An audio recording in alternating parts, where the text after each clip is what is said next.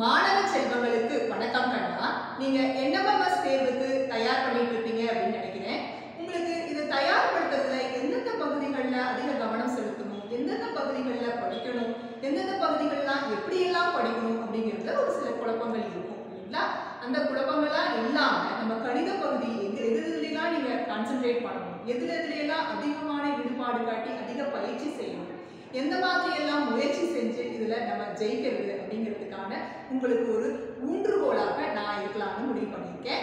So உங்களுக்கு இனி வரும் காலங்களில், அதாவது நீங்க எம்எம்எஸ் பரீட்சை எழுதுற வரைக்கும் உங்களுக்கு தொடர்ந்து வீடியோக்கள் போட்டு உங்களுடைய முயற்சிக்கு நானும் உறுதுணையாக இருக்கலாம்னு முடிவு பண்ணியிருக்கேன். ஸோ எம்எம்எஸ் எக்ஸாமுக்கான இப்போ மேத்ஸ் ப்ரிப்பரேஷன்ஸ் ஃபுல்லாக என்னது, என்னென்ன டாபிக்ல நம்ம மேத்ஸ்ல நம்ம பயிற்சி பண்ணணும் அப்படிங்கிறத பற்றியும், என்னென்ன டாபிக்கை எப்படியெல்லாம் பயிற்சி பண்றது அப்படிங்கிறத பற்றியும் உங்களுக்கு நான் சொல்லி தர போறேன். விடாமுயற்சியும் பயிற்சியும் செய்தால் நீங்க அனைவருமே இந்த என்எம்எம்எஸ் தேர்வுல வெற்றி பெறலாம். அதனால முயற்சியும் தொடர் பயிற்சியும் மேற்கொள்ளுங்கள். கண்டிப்பாக நீங்கள் இந்த பயிற்சியில தேர்வு பெற்று உங்களுக்கு நல்ல எதிர்காலம் காத்திருக்கிறது. சரிங்களா கண்ணா? நம்ம மேத்ஸ் பகுதியில் என்னென்ன டாபிக் படிக்க போறோம்ன்றதுல ஃபர்ஸ்ட் நம்ம இந்த மெய்யெண்கள் பத்தி பார்க்க போறோம். மெய்யெண்கள் நீங்க சின்ன கிளாஸ்ல இருந்தே படிச்சுட்டு இருக்கீங்க. இயல் எண்கள் பத்தியும் முழு எண்கள் பத்தியும் முழுக்கள் பத்தியும் உங்களுக்கு நல்லாவே தெரியும் இல்லைங்களா? இந்த மெய்யெண்கள்ல முதல்ல வரக்கூடியது இயல் எண்கள்.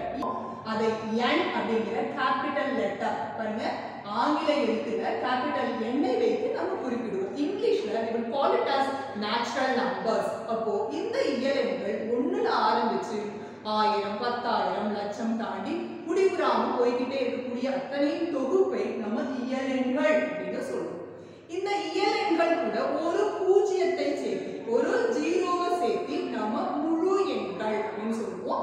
அதை இங்கிலீஷ்ல நம்ம ஹோல் நம்பர்ஸ் அப்படின்னு சொல்லுவோம். அதுல இருக்கக்கூடிய முதல் எழுத்தான இந்த W, ஹோல் நம்பர்ஸ்ல இருக்கக்கூடிய முதல் எழுத்தான அந்த W வச்சுதான் நம்ம இந்த எண்களை முழு எண்களை குறிப்பிடுகிறோம்.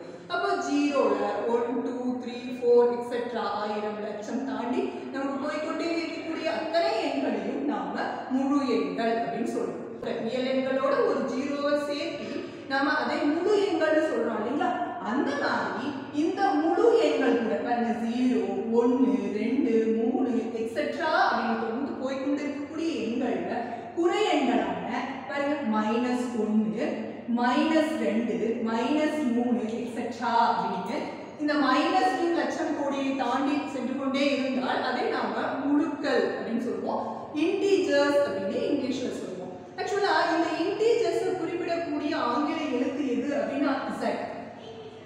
ஓகேங்களா? இதுக்கு என்ன Z அப்படின்னா என்ன, இன்டிஜர்ஸ் சொல்றீங்க, அப்ப Z போட்டிருக்கீங்களே அப்படின்னா ஜட்லைன் அப்படிங்கிற ஜெர்மன் வார்த்தையிலிருந்து வந்த முதல் எழுத்து தான் இந்த இன்டிஜர்ஸ்க்கான குறியீடு. அதாவது முழுக்களின் குறியீடை நம்ம Z கொண்டு குறிப்பிடுவோம். அப்ப இந்த முழுக்கள் அப்படின்னா என்ன அப்படின்னா மிகை எண்கள், அப்புறம் குறை எண்கள், அதோடு சேர்த்து இந்த ஜீரோவையும் மூன்றும் சேர்ந்ததுதான் நம்ம முழுக்கள் அப்படின்னு சொல்லுவோம்.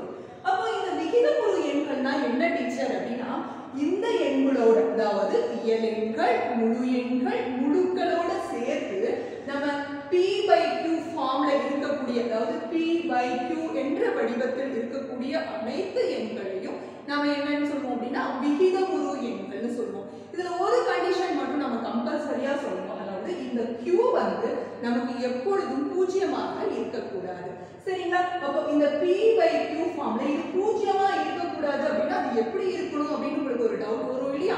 அப்ப P-யும் Q-வும் முழுக்களாக இருக்கணும். அந்த முழுக்கள் இருக்கக்கூடிய ஜீரோவை தவிர மற்ற எந்த எண்களாக வேண்டுமானாலும் இந்த பகுதி இருக்கலாம் அப்படிங்கிறத மைண்ட்ல வச்சுக்கோங்க. இப்ப இந்த விகிதமுறு எண்களை எந்த வார்த்தையை கொண்டு, எந்த எழுத்தை கொண்டு குறிப்பிடுவீங்க டீச்சர் அப்படின்னா Q என்ற ஆங்கில எழுத்தை கொண்டு குறிப்பிடுவோம். ஓகேங்களா? Q அப்படின்னா என்ன அர்த்தம் அப்படின்னா கோஷன்ட் அப்படின்னு சொல்லுவோம், அதாவது விகிதம் அப்படின்னு அதுக்கு அர்த்தம். சோ இந்த கோஷன்ட்ல இருக்கக்கூடிய இந்த முதல் எழுத்து இருக்கு இல்லைங்களா, அதை வைத்துத்தான் இந்த விகிதமுறு எண்களை நாம குறிப்பிடுவோம்.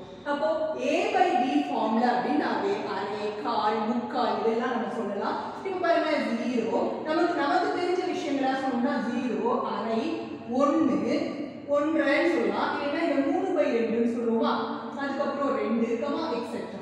அதே மாதிரி இந்த பக்கம் -1/2, அப்புறம் -1, -3/2 அப்படின்னு, அதாவது இது மிகை விகிதமுறு எண். எண்கள், இது குறை விகிதமுறு எண்கள். அப்புறம் இந்த பூஜ்ஜியம், இந்த மூன்றையும் சேர்த்து நாம விகிதமுறு எண்கள் அப்படின்னு சொல்லுவோம். இது கூட பாத்தீங்கன்னா பாருங்க முழு எண்களும் வந்திருக்கு, இந்த மாதிரியான மேலும் கீழுமாக அமைந்த எண்களும் வந்திருக்கு. ஏன் டீச்சர் இந்த ரெண்டை நீங்க இந்த இடத்துல பாருங்க இயல் எண்கள்லயும் சொன்னீங்க, முழு எண்கள்லயும் சொன்னீங்க, முழுக்கள்லயும் சொன்னீங்க, இப்ப விகிதமுறு எண்ணும் சொல்றீங்க. இந்த ரெண்டு எப்படி விகிதமுறு எண் ஆகுது அப்படின்னா இந்த ரெண்டை 2/1 அப்படின்னு தாராளமாக எழுதணும் இல்லைங்களா? பகுதியில ஒண்ணுமே இல்லை அப்படின்னா ஒண்ணு இருக்குன்னு அர்த்தம் இல்லையா? அதனால நம்ம என்ன சொல்லலாம் அப்படின்னா விகிதமுறு எண் அப்படின்னு தாராளமா சொல்லலாம். எல்லா விகிதமுறு எண்களும் இயல் எண்களாகாது, முழு எண்களாகாது, முழுக்களாகாது. ஆனா எல்லா இயல் எண்களும் விகிதமுறு எண்களாகும், எல்லா முழு எண்களும் விகிதமுறு எண்ணாகும், எல்லா முழுக்களும் விகிதமுறு எண்களாக ஆகும். ஏன்னா இவை மூன்றும் இதனுடைய உட்கணங்கள். அதாவது இந்த இயல் எண்கள், முழு எண்கள், முழுக்கள் இவை அத்தனையும் இந்த விகிதமுறு எண்களில் உட்கணமாக இருக்குது அப்படிங்கிறத புரிஞ்சுக்கோங்க. அதாவது இதுக்குள்ள இதெல்லாம் இருக்கு அப்படிங்கிறத நம்ம தெரிஞ்சுக்கிட்டாவே போகும். சரிங்களா? இப்ப ஏன் இந்த Q வந்து 0க்கு சமமாக இருக்கக்கூடாது அப்படின்னா நமக்கு ஒரு 2/0 அப்படின்னா இது வரையறுக்கப்படவில்லை இதுவரைக்கும் இல்லைங்களா? அதனாலதான் நம்ம இந்த Q என்பதை நம்ம 0க்கு ஈக்குவலாக, அதாவது பகுதி என்பது 0க்கு சமமாக இருக்கக்கூடாது அப்படின்னு அர்த்தம். இப்போ நான் சொன்னேன் இல்லைங்களா, மிகை விகிதமுறு எண்கள், குறை விகிதமுறு எண்கள் அப்படின்னு சொன்னேன் இல்லையா? இது எப்படின்னா இந்த பகுதி தொகுதியும் இந்த பகுதியும் இரண்டும் ஒரே குறியாக இருந்தால், ரெண்டும் மைனஸா இருந்தாலும் அதை மிகை விகிதமுறு எண்ணு சொல்லுவோம், ரெண்டும் பிளஸ்ஸா இருந்தாலும் அதை மிகை விகிதமுறு எண்ணு சொல்லுவோம்.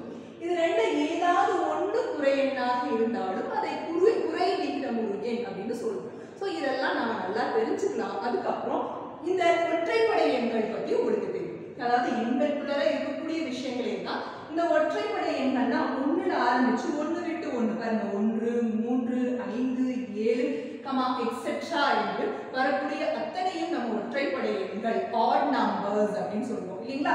அதே போல ஈவன் நம்பர்ஸ் என்பதை இரட்டைப்படை எண்கள்னு சொல்லுவோம். இதுக்குன்னு தனியான குறியீடுகள் கிடையாது, எண்கள்லயே இருக்கக்கூடியதை நம்ம பிரிச்சு பார்ப்போம். சரிங்களா? அதே மாதிரி இரட்டைப்படை எண்கள்னா 2, 4, 6, 8, 10 என்று தொடர்ந்து போய்கொண்டே இருக்கக்கூடிய அத்தனை எண்களையும் நம்ம ஈவன் நம்பர்ஸ், அதாவது இரட்டைப்படை எண்கள் அப்படின்னு சொல்லுவோம். அடுத்தது இந்த பகா எண்கள். பகா எண்கள் அப்படின்னா சும்மா நம்ம மனசுக்குள்ள நம்ம புரிஞ்சுக்கிற மாதிரி வச்சுக்கிறதுக்காக ஒரு விஷயம் நான் சொல்றேன். தன்னாலையும் பொன்னாலையும் வகுபடும் எண்களை பகா எண்கள் அப்படின்னு சொல்லுவோம். தன்னாலையும் பொன்னாலையும் வகுபடக்கூடிய எண்களை பகா எண்கள் அப்படின்னு நம்ம சொல்லுவோம். அது என்ன டீச்சர், தன்னாலையும் பொன்னாலையும் மட்டும் வகுபடும் எண்கள் அப்படின்னு சொல்றீங்க, அதுக்கு என்ன அர்த்தம் அப்படின்னா இப்போ ஒரு 2ன்னு ஒரு நம்பர் இருக்கு ஓகேங்களா? இந்த 2ஐ 2ஆல் வகுத்தா 1ன்னு ஆன்சர் இருக்கும். அதுவே 2ஐ 1ஆல் வகுத்தா 2ன்னு ஆன்சர் இருக்கும். அப்போ இந்த 2 காரணிகள் மட்டுமே இந்த பகா எண்களுக்கு உண்டு. அப்போ பகா எண்கள் அப்படின்னா இரு காரணிகள் மட்டுமே கொண்ட எண்ணாக இருக்கும். தன்னாலையும் பொன்னாலையும் மட்டும் வகுபடும் எண்களை மட்டும்தான் நம்ம பகா எண்கள் அப்படின்னு சொல்லுவோம். இப்போ நமக்கு ஒரு டவுட்டுக்கு நம்ம செக் பண்ணுவோம். பாருங்க, எனக்கு ஒரு நம்பர் திடீர்னு ஒரு நம்பர் யோசிக்கிறேன், நான் 43 அப்படின்னு எழுதிட்டேன். இந்த 43 காரணிகள்லாம் என்ன அப்படின்னு யோசிச்சு பார்க்கும்போது ஓர் 43 43 மட்டும்தான் வரும். அப்ப இதை 1ஆல வகுத்தா அதே 43 ஆன்சரா வரும். அதுவே 43ஆல வகுத்தோம் அப்படின்னா அதே 1 ஆன்சரா வரும். அப்படிங்கும்போது இந்த 2 காரணிகளை மட்டும் கொண்டுள்ளதால் இதை நம்ம பகா எண் அப்படின்னு சொல்லுவோம். இந்த மாதிரி நம்ம எல்லா எண்களுக்கும் செக் பண்ணிக்கலாம். அப்போ பகா எண்கள் அப்படின்னா தன்னாலையும் பொன்னாலையும் மட்டும் வகுபடும் எண்களை பகா எண்கள்னு சொல்லலாம். அப்படிங்கிறத மைண்ட்ல வச்சுக்கிட்டோம்னா ஈஸியா இதை கால்குலேட் பண்ணிட முடியும். இதை இங்கிலீஷ்ல பிரைம் நம்பர்ஸ் அப்படின்னு சொல்லுவோம். இதுக்கு எந்த குறியீடும் இல்லை. ஓகேங்களா? அதே மாதிரி அடுத்தது பகு எண்கள். பகு எண்கள்னா என்ன டீச்சர் அப்படின்னா 2க்கு மேற்பட்ட காரணிகளை கொண்ட அனைத்து எண்களையும் நம்ம பகு எண்கள் அப்படின்னு சொல்லுவோம். நான் எக்ஸாம்பிளா சொல்லணும்னா அனைத்து இரட்டைப்படை எண்களும் நம்ம பகா எண்கள் சொல்லலாம். எதை தவிர அப்படின்னா இந்த 2ங்கிறத தவிர, இந்த 2ங்கிற ஒரு நம்பருக்கு ஒரே ஒரு இரட்டை பகா எண், மற்ற இரட்டைப்படை எண்கள் அனைத்துமே நமக்கு பகு எண்கள் தான் வரும். சரி, பகா எண்கள் எத்தனை இருக்குன்னு டீச்சர், எத்தனை இருக்கு அப்படின்னு நீங்க கேட்டீங்கன்னா பகா எண்களும் தொடர்ந்து போய்கொண்டே இருக்கும். லட்சம் கோடியை தாண்டி அந்த எண்கள் நிறைய இருக்கு. அதே போல பகு எண்களும் நிறைய இருக்கு. இப்போ இந்த பகு எண்ணும் இல்லாம பகா எண்ணும் இல்லாம, அதாவது பிரைமும் இல்லாம ஆப்போசிட்டும் இல்லாம நம்பர் இருக்கா அப்படின்னா இந்த 1 என்பது நமக்கு பகு எண்ணிலும் வராது பகா எண்ணிலும் வராது. நம்ம அதை தனித்த எண் அப்படின்னு சொல்லுவோம். இங்கிலீஷ்ல இட்ஸ் a unique number அப்படின்னு சொல்லுவோம். அப்ப இந்த 1 நம்ம எதுலயுமே சேர்க்கக்கூடாது, பகா எண்ணிலும் சேர்க்கக்கூடாது பகு எண்ணிலும் சேர்க்கக்கூடாது. 1 என்பது தனித்த எண். ஏன் அப்படின்னா அதுக்கு ஓரொன்று ஒண்ணுங்கிற ஒரே காரணி தான் இருக்கு. அதனால அதை தனித்த எண் அப்படின்னு நம்ம சொல்றோம். பகா எண்கள் பத்தியும் பகு எண்கள் பத்தியும் பார்ப்போம். அது என்னது சார்பகா எண்கள் அப்படின்னா, சார்பகா எண்கள் என்பது 2 எண்ணுக்கு மீ போவா கண்டுபிடிச்சு அந்த 2 எண்களுக்கான மீ போவா 1 அப்படின்னு கிடைச்சதுன்னா அந்த இரு எண்களையும் நம்ம சார்பகா எண்கள் அப்படின்னு சொல்லுவோம். அதாவது இங்கிலீஷ்ல அதை கோப்ரைம் நம்பர்ஸ் அப்படின்னு சொல்லுவோம். அப்ப எதெல்லாம் டீச்சர் சார்பகா எண்கள் அப்படின்னா, டக்குன்னு சொல்லணும் அப்படின்னா அடுத்தடுத்த எண்கள், எந்த அடுத்தடுத்த எண்களாக இருந்தாலும் ஒரு 4 அப்புறம் அதுக்கு அடுத்த நம்பர்னா 5, இது ரெண்டுக்குமான மீ போவா என்ன HCF என்ன அப்படின்னா 1 தானுங்க. ஏன்னா 4ஐயும் 5ஐயும் பொதுவாக வகுக்கக்கூடிய பொது காரணியே கிடையாது. அப்படிங்கும்போது 1 தான் அதனுடைய பொது காரணின்னு சொல்லுவோம். அப்போ அதை நம்ம 4, 5 இந்த மாதிரி அடுத்தடுத்த எண்கள், அது 27, 28 இருந்தாலும் சரி, 105, 106 இருந்தாலும் சரி, அடுத்தடுத்த எண்கள் எப்பொழுதுமே நமக்கு சார்பகா எண்களாக தான் இருக்கும், கோப்ரைம் நம்பர்ஸ். சரிங்களா? அடுத்து பாருங்க, இரு விகிதமுறு எண்களுக்கு இடையே ஆன எண்களை கண்டுபிடி. அப்புறம் அப்படின்னு கேட்டாங்க அப்படின்னா ஒரு எண்ணை நம்ம Pன்னு வச்சுக்கணும், இன்னொரு எண்ணை Qன்னு வச்சுக்கணும். அதாவது ஒரு விகிதமுறு எண்ணை Pன்னும் இன்னொரு விகிதமுறு எண்ணை Qன்னு வச்சுக்கிட்டு அதை ரெண்டையும் கூட்டி P + Q / 2 நம்ம கண்டுபிடிச்சோம்னா இந்த இரு விகிதமுறு எண்களுக்கு இடையே ஆன ஒரு நம்பர் கிடைச்சிடும். ஆக்சுவலா இதனுடைய நடுப்புள்ளியாக வரும், ரெண்டுக்கும் நடுவுல வரும். சரிங்களா? அப்போ இல்ல எனக்கு இது இல்லாம வேற ஏதாவது மெத்தட் சொல்லுங்க அப்படின்னா எக்ஸாம்பிள் ஒன்று சொல்றேன் பாருங்க. இப்போ 1/2க்கும் 3/5க்கும் இடைப்பட்ட விகிதமுறு எண்களை காண்க அப்படின்னு சொல்லி கேட்டிருக்காங்கன்னு வச்சுக்கோங்களேன். அதாவது இது ஒரு விகிதமுறு எண், இது இன்னொரு விகிதமுறு எண், இதுக்கு ரெண்டுக்கும் இடையில இருக்கக்கூடிய விகிதமுறு எண்களை காண்க அப்படின்னா இந்த இரண்டு பகுதிகளுக்குமான மீ போமா LCM கண்டுபிடிச்சு பாருங்க. இப்போ இதுக்கு ரெண்டுமே வந்து பகா எண்கள் அப்படின்றதுனால குறுக்கு பெருக்கல் பண்றது நமக்கு ஈஸி இல்லையா? அதனால பாருங்க குறுக்கு பெருக்கல் பண்ண போறேன். எப்படின்னா இந்த 5 இது கூட பெருக்கி பாருங்க 5, இந்த 2 அங்க போய் பெருக்கணும்னா 6, கீழே ரெண்டையும் பெருக்கிறோம் நமக்கு 10. இது 5/10, இது 6/10 வந்துருச்சு. தனியாவும் கண்டுபிடிச்சா அதான் பாருங்களேன். இந்த 2க்கும் 5க்குமான மீ போமா 10. இந்த 2 10 ஆகும்னா 5ஆல மேலேயும் கீழே பெருக்குவோம், அது 5/10 ஆயிடும். இந்த 5 10 ஆகும்னா மேலேயும் கீழே 2ஆல பெருக்குவோம், 6/10 நமக்கு இதுதானே கிடைக்கும். இது ரெண்டுக்கும் மீ போமா கண்டுபிடிச்சு மாத்திரம்னா நமக்கு இதுதான் கிடைக்கும். இப்போ இதுக்கு ரெண்டுக்கும் இடைப்பட்ட எண்கள் அப்படின்னா ஐயோ தெரியலையே, ஏன்னா 5 அடுத்தது 6 தான் தெரியும், ரெண்டும் பகுதியா இருக்கும்போது இதுக்கு அடுத்த நம்பரா தானே வந்திருக்கு. இதுக்கு இடையில எத்தனை எண்கள் எப்படி கண்டுபிடிக்கிறது அப்படின்னா பாருங்க, ஒன்றும் இல்லை, இதை மேலேயும் கீழேயும் 10ஆல பெருப்பாக்கலாம். பெருக்கணும்னா என்ன ஆகும் பாருங்க, 5/10 மேல 10ஆல கீழே 10ஆல பெருக்கணும்னா எனக்கு என்ன கிடைக்கும், 50/100 கிடைக்குமா? அதே மாதிரி பாருங்க, இந்த 6/10 மேல ஒரு 10ஆல கீழே ஒரு 10ஆல பெருக்கிட்டேன்னா எனக்கு 60/100 கிடைக்குமா? சோ இப்போ 50/100க்கும் 60/100க்கும் இடையில நமக்கு ஏகப்பட்ட நம்பர்ஸ் இருக்கா.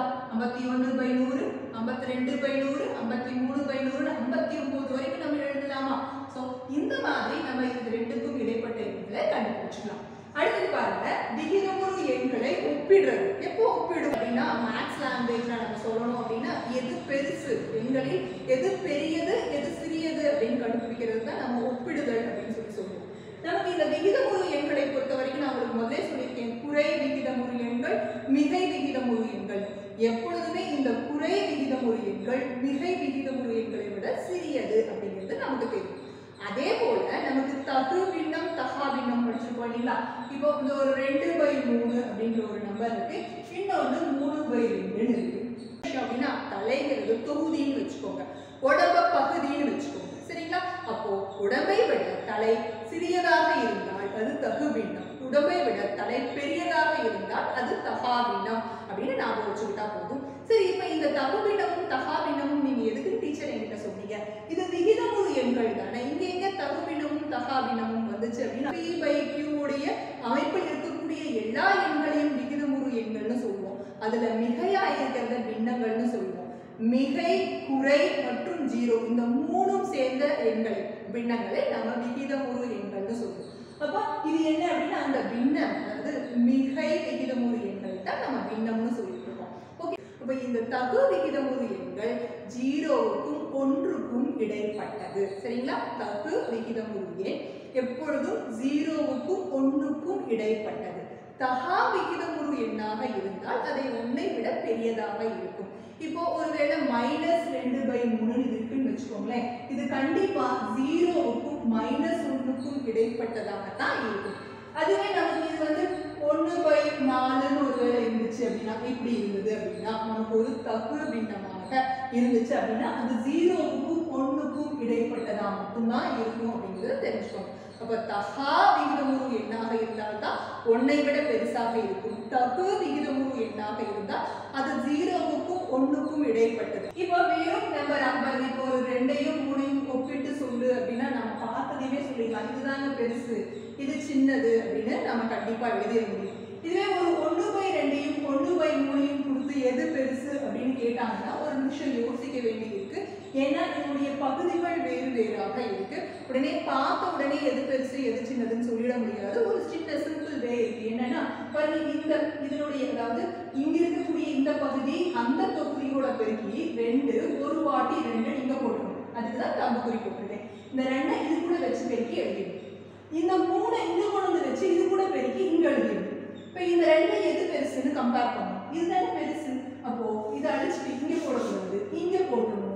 என்னென்ன இது பெரியது அது சிறியது அப்படிங்கிறத குறிப்பிட்டோம். ஓகேங்களா? இப்போ ஒருவேளை நமக்கு -1/2 -1/3 எது பெருசு எது சிறியது, அந்த ரெண்டும் ஒரே குறியாக இருக்கு. எது பெருசு எது சின்னது அப்படின்னு கேட்கும்போது நம்ம ஒரு நிமிஷம் யோசிப்போம். அப்பவுமே ஒரு நிமிஷம் யோசிப்போம். அப்போ பாருங்க, இந்த 3 இங்க கூட பெருக்குவோம் -3, இந்த 2 இங்க கூட பெருக்குவோம் -2. இப்போ இந்த 2 எது பெருசு அப்படின்னா ரேங்க் ஞாபகம் வந்துடும். இந்த குறை எண்களை பார்த்தியும் நாம கிளாஸ்ல வாங்கக்கூடிய ரேங்க் தரவரிசை இருக்கு இல்லைங்களா, அது ஞாபகம் வந்துடும். 2வது ரேங்க் வாங்கினவங்கள தான் பெரிய ஆளுன்னு சொல்லுவோம் இல்லையா.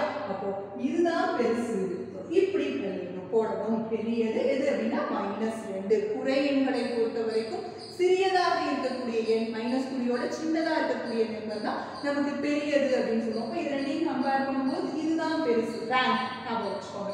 ஒன்று ப்ளஸ்லையும் இன்னொன்று மைனஸ்லையும் ரெண்டையும் கொடுத்துட்டு இது எது பெருசு அப்படின்னா ஆட்டோமேட்டிக்காக நமக்கு தெரியணும். என்னன்னா எப்பொழுதும் இந்த குறை விகிதமுறு எண்கள் மிகை விகிதமுறு எண்களை விட சிறியது அப்படின்னு ஆட்டோமேட்டிக் பெருசு உடனே நம்ம இப்படி. ஓகேங்களா? அப்போ பெரியது எது? இந்த மிகை விகிதமுறு எப்பொழுதும் குறை விகிதமுறு எண்களை விட பெரியது அப்படின்னு நமக்கு தெரியும். ஒருவேளை ஒரு 3/5 இன்னொரு ஒரு 4/7 கொடுத்து இந்த 2ல எது பெருசு அப்படின்னு கேட்குறாங்கன்னா ஈஸியா சொல்லலாம். எப்படின்னா இந்த 7 இது கூட பெருக்கி 21, இந்த 5 அது கூட பெருக்கி 20ன்னு போட்டுட்டு இந்த 2ல எது பெருசு இதுதானே. அப்போ எது? இந்த பக்கம் இருக்கிறது தான் பெருசு. எது? இந்த 3/5 தான் இந்த 2யும் பெரியது அப்படிங்கிறது நம்ம மைண்ட்ல வச்சுக்கணும். சரிங்களா? கணிதத்தில் இந்த 4 செயல்பாடுகளை பற்றியும் நமக்கு தெரியும். அதாவது நமக்கு எண்களின் கூடுதல் தெரியும், எண்களின் கழித்தல் தெரியும், எண்களின் பெருக்கல் மற்றும் வகுத்தல்ங்கிற இந்த 4 ஆப்ரேஷன்ஸ்லையும் நம்ம நல்லாவே தெளிவாக இருக்கும்னு நினைக்கிறேன். அப்போ இந்த விகிதமுறு எண்கள் மீதான